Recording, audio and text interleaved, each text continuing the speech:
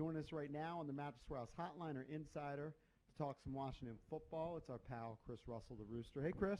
Good morning, guys. How are we? Christopher. Hey, hello, buddy. Rooster. Hope everybody had a good weekend. What were your expectations going into that game yesterday? My expectations were that they would lose, but they would cover, and they didn't.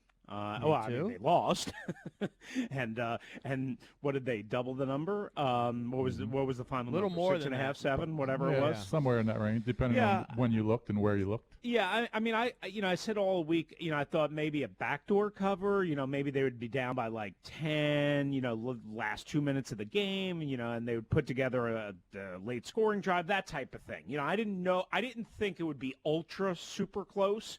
I was fully expecting a loss, but in fairness to me, I did pick them to win last week against the Eagles when everybody was picking them to lose. So, I didn't think I was being really negative. I just had a healthy respect for not only Kyler and DeAndre Hopkins and Kenyon Drake and Larry Fitzgerald and Christian Kirk, but also that defense. And I thought where it would really, really be a problem is Dwayne and the limited offensive options versus a pretty good defense. It's not a great defense, but it's a much better defense than I think what we saw in Arizona 2 years ago when Alex Smith and Adrian Peterson opened up against them. You got some studs. You got some horses on that side of the ball, and this offense is not equipped, and certainly not equipped to come back from 17-20 nothing down. I mean, you could say that until the cows come home. Certainly not equipped to turn over the ball, as Ron just said during Earl's update, and certainly not equipped to shoot themselves in the foot in any way, sort of, turnovers and God, the special teams mistakes right from the get-go. It cost them 20 yards of field position,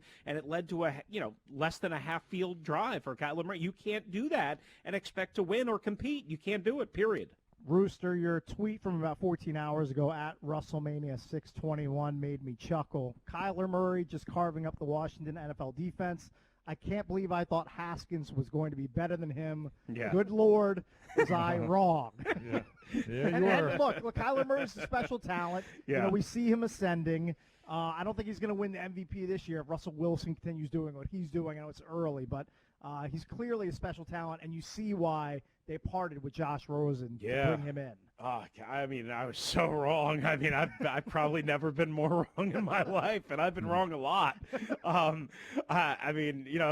I was going to MGM or whatever, I'd be bankrupt at this point with that bet.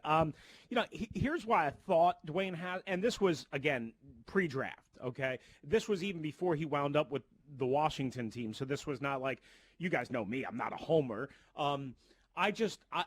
Dwayne was really accurate in college, and he's not in the NFL. And I haven't been able to quite figure that out. We all knew that Kyler was fast. We all knew that Kyler had a rocket for an arm. I didn't think they would be able to protect him. I didn't think he would be able to protect himself. And yet here I am, 18 games into his career, and he protects himself so far like Russell Wilson does. And I make that comparison. And obviously, there's some similarities, deep ball accuracy, running around, making plays, Houdini. But Russell Wilson doesn't get hurt. He started 130 games out of 130 games in his NFL career. I have no idea if that's going to be Kyler Murray, but I didn't think Kyler Murray was going to make it out of his rookie year without getting hurt. And instead it was Haskins that got hurt. And we all know, again, Haskins' inability to be accurate consistently. I mean, the throw that drove me crazy yesterday, I don't know about you guys, it was like a 3rd and 2, and he throws one in the dirt for Dontrell Inman. Yeah.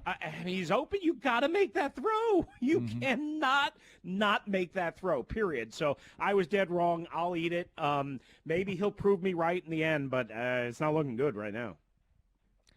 Well, I threw this question out to Bick because Bick said that this is a must-win week for Cleveland, against Cleveland. He also said that he can see and would like to see, if this team struggles and Dwayne doesn't improve over the next month, that he doesn't have a problem going to Kyle Allen. So I threw this out there. If they look as bad in the first half Sunday against Cleveland as they did this past week, okay, it doesn't mean he's going to lose his starting job, but would you have and they're down 17-0 at the half, would you have an issue going to Kyle Allen in the second half? I still think if they look as pathetically bad in the first half, I still think it's a little bit too early. Okay. Jason, to me, I need to see a full month of games first. And maybe that's unfair. Maybe that's wrong. But with no preseason, no OTAs, I know we've talked about this over and over again. Some people think it's a big deal. I think it's a big deal, especially in a new offense with a young quarterback and a young team.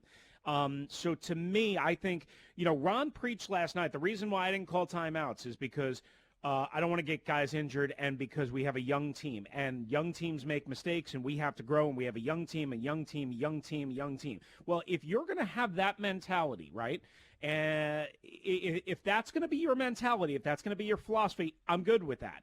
But then make sure you have the patience in all areas to match it. And what I mean by that is pulling him at halftime next week if things aren't going well in Cleveland week 3 with all of the factors that we just mentioned, to me is a little bit impatient.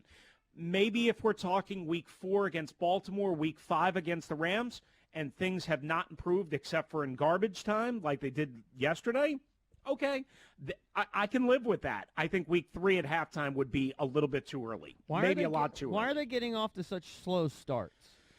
Well, Ron said yesterday turnovers, which he was right about yesterday, not right about week 1 because they didn't turn the ball over. So turnovers are obviously a part of it, but the biggest factor is they can't convert on third down, in my opinion.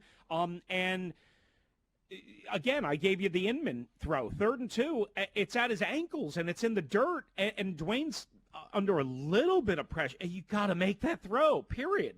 That was a huge moment in the game. They were 28% on third down last week. They were 33% this week.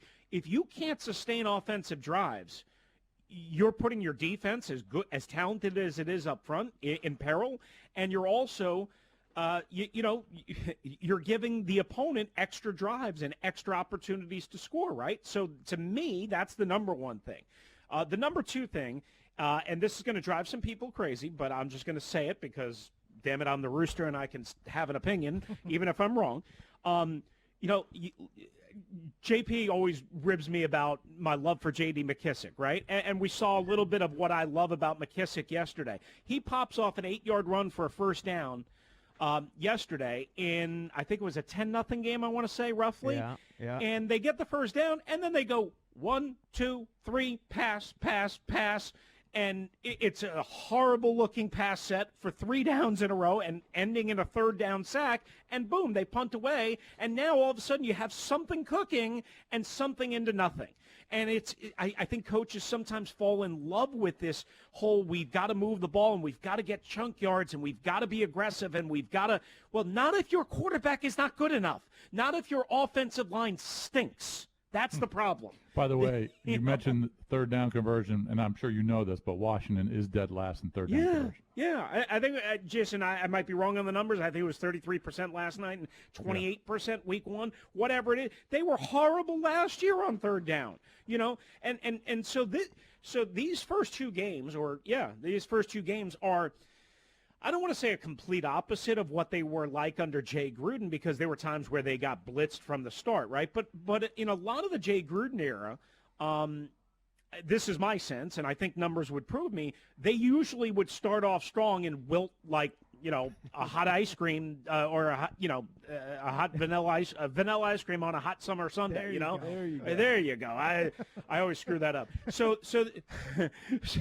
I'm going a million miles a minute here, guys. Sorry.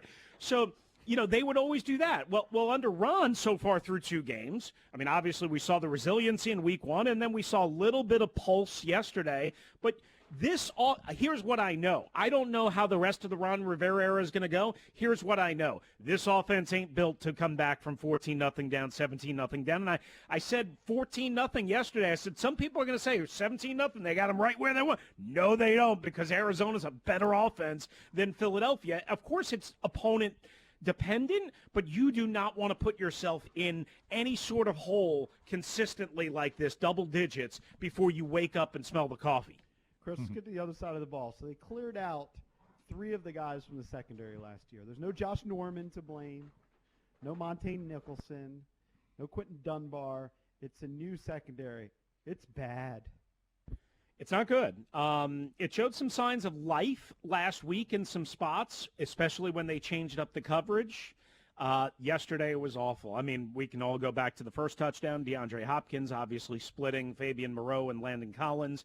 Ron said their system is that they read breaks off the line of scrimmage a certain way, and one player thought one thing and another player thought another thing, and that's what led to that. We don't know exactly if it was Landon or if it was more Fabian, but it looked in my somewhat trained eye to be more on Landon. Ronald Darby, who was, and this is, again, why you have to always be careful with training camp, right, especially with no preseason. But even if you had a preseason, Ronald Darby looked great, guys, in training camp. He's now been beat for 50-plus yard passes by two number 3, good, but two number 3 receivers in Jalen Reagor, yes, a first-round pick, but a rookie, and yesterday Christian Kirk.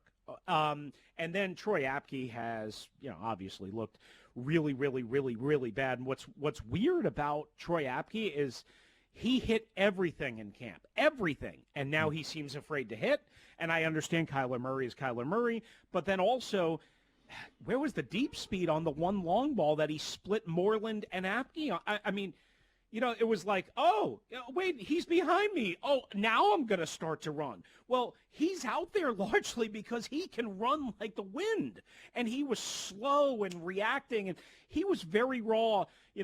Jason, you watch a lot of Big Ten football. I mean, at Penn State, he was like, people were really not happy with Washington for taking him over the other Penn State safety. He was really raw, but they loved him because of his speed and special teams. And then we saw some of that during training camp. We saw glimpses of it last year. It's not translating through 2 games, I can tell you that. So right now, they're a mess. And the communication problems, which was a huge problem under Josh Norman, who sucked.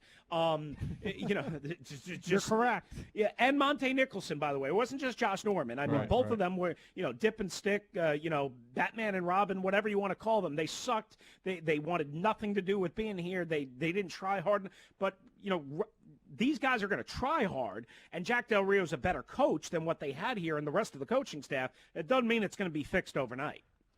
Rooster, always love having you on. That's Chris Russell, our insider for the Washington football team. Thanks, pal. Thank you, guys. Appreciate you.